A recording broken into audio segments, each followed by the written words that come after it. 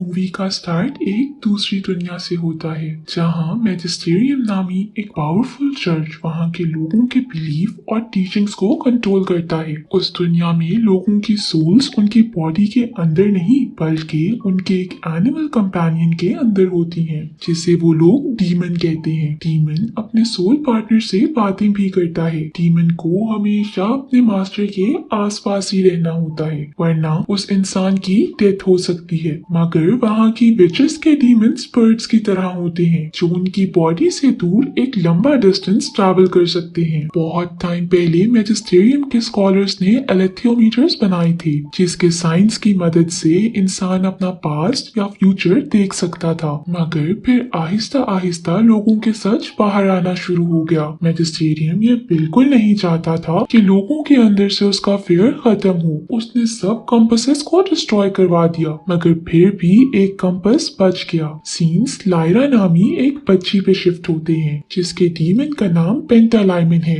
आसान अल्फाज में हम उसे पैन कह सकते हैं। लायरा एक ऑर्फन है जिसके अंकल लॉर्ड एजरियल एक स्कॉलर और एक्सप्लोरर हैं। यही वजह है कि वो लायरा को ऑक्सफोर्ड के जॉर्डन कॉलेज में छोड़कर अपने नेक्स्ट मिशन के लिए चले जाते हैं। लायरा वहाँ बाकी बच्चों के साथ बड़ी हो रही होती है। एक दिन लायरा और उसके दोस्त रॉजर को कुछ बच्चे बुली कर रहे होते हैं जिन्हें लायरा एक गेट के पास खड़ी ये कहकर डरा देती है कि ये गेट कर्स्ड है, अगर उन्होंने इसे क्रॉस किया तो वो जल जाएंगे। लायरा बच्चों के साथ ऐसे प्रैंक्स करती रहती है जैसे कि उसने एक बार उन्हें कोड का बताया था जिसे फेंक कर कोई भी जल जाएगा। बच्चे उससे प्रूफ मांगते हैं। लायरा कॉलेज में वो कोड लेने चली जाती है। लायरा एक फियरलेस एडवेंचरस लड़की होती है जो अक्सर ही डेंजरस स्टंट्स करती रहती है। लायरा जब एक रूम के अंदर जाती है वहाँ उसे किसी के आने की आवाज आती है जिस पर वो पैन के साथ कबर्ड में छुप जाती है। रूम में आने वालों में कॉलेज का डीन और मैजिस्टेरियम का एजेंट था जो लायरा के अंकल लॉर्ड एजरियल के बारे में बात कर रहे होते हैं जो किसी सस्पिशियस जगह जाना चाहते हैं मगर मैजिस्टेरियम के एजेंट के हिसाब से उसे ऐसा नहीं करना चाहिए। कॉलेज का डीन उसे एग्री ना करते हुए लॉर्ड एजरियल की साइड देने को कहता है। इस बात पर गुस्सा होकर मैजिस्टेरियम का एजेंट लॉर्ड एजरियल को सर्व की जाने वाली वाइन में पॉइजन डाल देता है। लायरा ये सब वहाँ छुपे देख रही होती है। लॉर्ड एजरियल बेसिकली उन्हीं स्कॉलर्स में से हैं जिन्होंने गोल्डन कंपास बनाने में हेल्प की थी। लॉर्ड एजरियल डस्ट को ढूंढ रहा है जो हमारे वर्ल्ड को दूसरे वर्ल्ड से कनेक्टेड रखता है। जब एलेथियोमीटर्स को डिस्ट्रॉय किया गया था तब डस्ट को भी डिस्ट्रॉय कर दिया गया था मगर एजरियल को लगता है कि वो डिस्ट्रॉय नहीं हुआ है और वो उसे ढूंढना चाहता है, इसीलिए मैजिस्टेरियम के लोग उसे मारना चाहते हैं। लायरा एजरियल को अकेला देख के उसे बता देती है कि वाइन में पॉइजन है और सबके आने से पहले वापस आके छुप जाती है।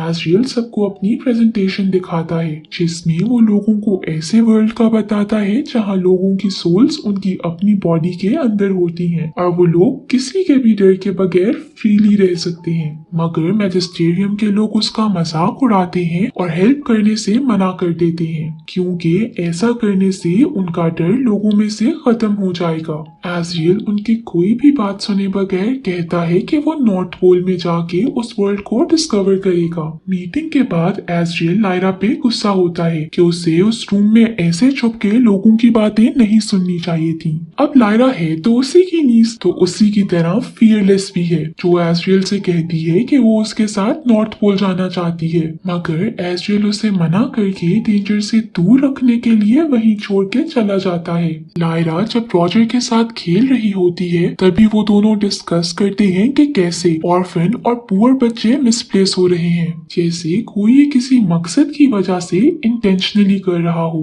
सीन्स कॉलेज के डिनर पर शिफ्ट होते हैं जहाँ लायरा एक बहुत ही अमीर औरत मिसेस कल्टर से मिलती है जो कॉलेज की एक अच्छी फ्रेंड है। उन्हें लायरा बहुत पसंद आती है। मिसेस कल्टर लायरा को अपने साथ रेट्रो फ्यूचरिस्टिक लंदन ले जाने की ऑफर करती हैं ताकि लायरा उनके साथ कुछ और टाइम स्पेंड कर सके। साथ ही साथ वो उससे प्रॉमिस भी करती है कि वो उसे नॉर्थ पोल ले जाएगी, जिस पर लायरा मान जाती है। सीन्स रॉजर और बिली कोस्टा पे शिफ्ट होते हैं, जिन्हें कोई किडनैप कर लेता है। लायरा के कॉलेज से जाने से पहले एजरियल का फ्रेंड और कॉलेज का डीन लायरा से मिलके उसे वही गोल्डन कंपास देता है। वो लायरा को इस सब का सच बताता है, जिसके बाद वो लायरा से कहता है कि ये अब इस कॉलेज में सेफ नहीं है, इसीलिए लायरा को इसे प्रोटेक्ट करना होगा। वो लायरा से इस बात को एक राज रखने को कहता है और कंपास की बहुत हिफाजत करने को भी कहता है। वो लायरा को ये भी बताता है कि ये लायरा को हर इंसान का सच बता सकता है और पास्ट और फ्यूचर भी दिखा सकता है, अगर लायरा इसे सही तरह से यूज करे और उसे अच्छे से रीड कर सके।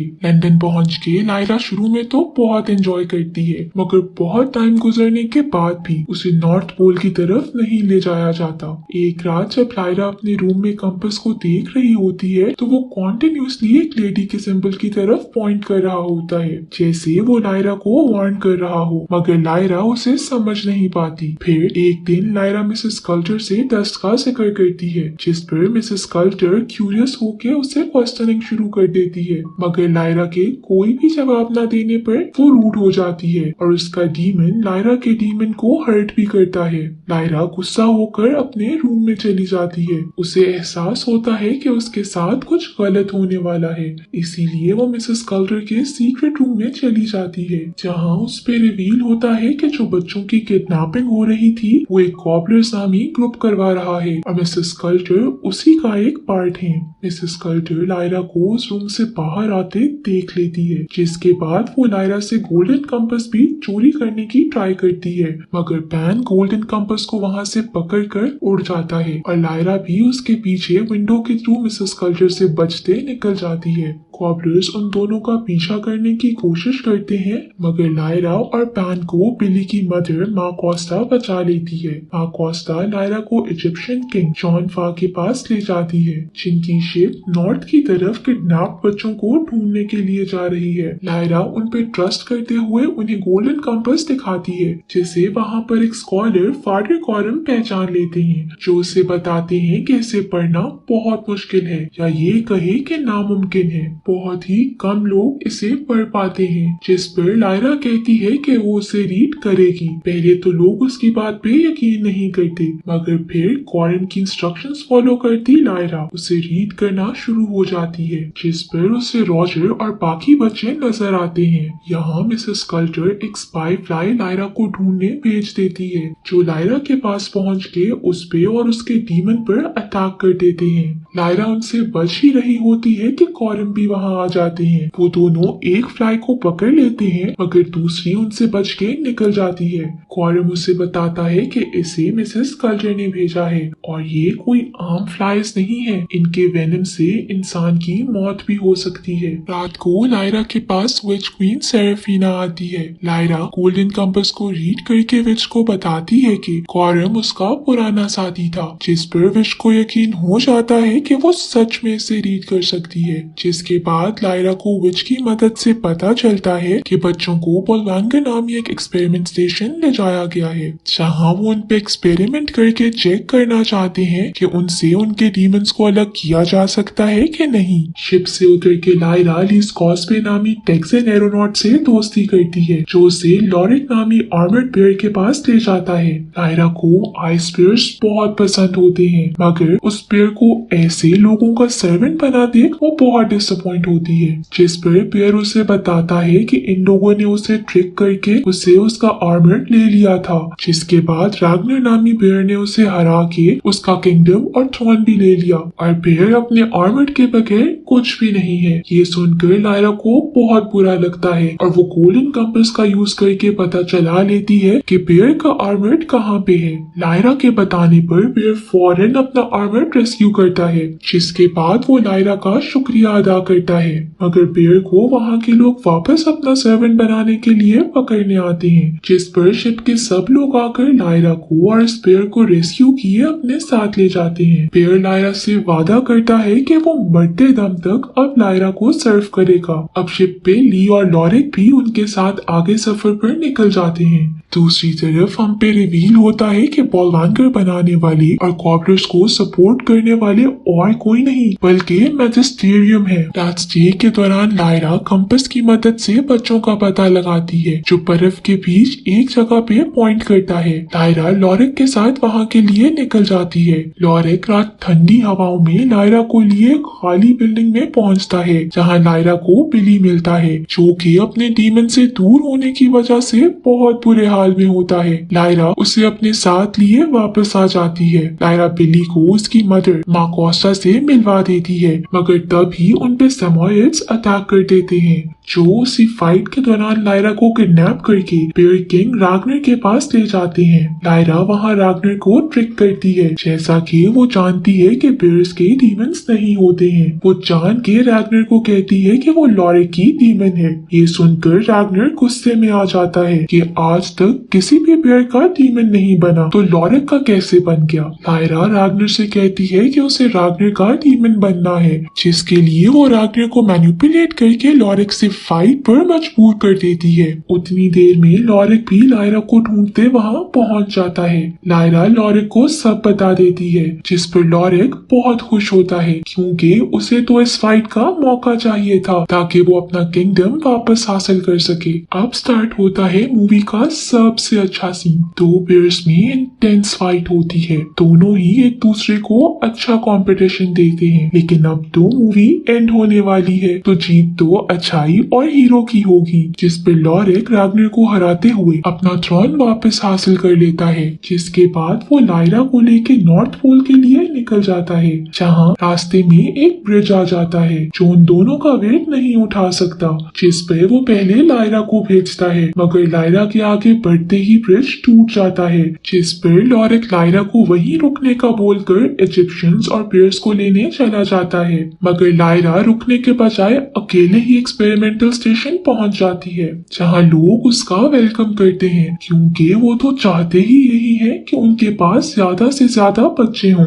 वो लोग उसे बाकी बच्चों के साथ डिनर के लिए ले जाते हैं जहां वो रॉजर को देख लेती है मगर उसे इशारों से ही अपने पास आने से रोक देती है। जिसके बाद वो रॉजर से एक खाली रूम का पूछती है और उसे कहती है कि सब बच्चों को वार्म क्लोथ्स पहनने का बोल दे। लायरा उस खाली रूम में जाके कंपास यूज करने ही वाली होती है कि मिसेस कल्टर डॉक्टर्स के साथ वहाँ आ जाती है। लायरा टेबल के नीचे छुप के उनकी बातें सुनती है जिससे उसे पता चलता है कि उनका एक्सपेरिमेंट अभी भी प्रोग्रेस में है। मिसेस कल्टर के वहाँ से जाने पर डॉक्टर्स लायरा को पकड़ लेते हैं। उसके डीमन को बेहोश करके वो लोग लायरा को एक्सपेरिमेंटल मशीन के अंदर डाल देते हैं। वो लोग एक्सपेरिमेंट शुरू करते ही हैं कि मिसेस कल्टर वहाँ पहुंचकर लायरा को बचा लेती है। लायरा होश में आने पर मिसेस कल्टर को अपने पास देखती है। लायरा उससे डरकर दूर होने लगती है कि जिस पर मिसेस कल्टर उसे काम डाउन करती है। वो लायरा को ये कहते हुए ट्रिक करती है कि लायरा उसकी बेटी है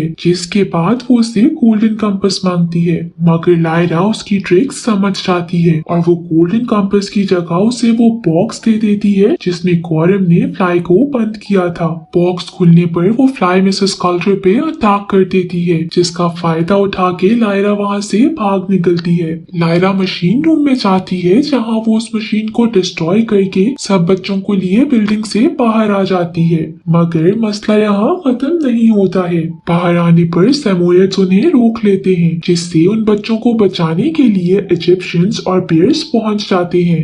यहाँ शुरू होती है मूवी की लास्ट इंटरेस्टिंग फाइट। सब आपस में लड़ रहे होते हैं कि तभी इजिप्शियंस और बेयर्स की हेल्प के लिए विचेस भी वहाँ पहुंच जाती हैं जो फ्लाई करते हुए उन्हें सेमोइड से फाइट करने में हेल्प कर रही होती हैं। फाइनली सब सेमोइड्स को हरा के इजिप्शियंस बच्चों को लेके वापस उनके घर छोड़ने के लिए निकल जाते हैं। लायरा, रॉजर, लॉरिक, ली और सेरेफिना के साथ एजरियल को ढूंढने नॉर्थ की तरफ निकल जाती है। उसी दौरान सेरेफिना प्रेडिक्ट करती है कि लायरा वही लड़की है जिसकी वजह से एक बहुत बड़ी वार होगी। लायरा ही अब वो होप है जो इन सबको मैजिस्टेरियम के रूल से फ्री करवाएगी जो खुद को गॉड मानते हुए लोगों को गलत तरीके से ट्रीट करते हैं। यही मूवी एंड हो जाती है। I'm feeling down, I fight, even when I don't know what is right. I'ma pick a side, and I'ma take pride. I will decide my fate and die.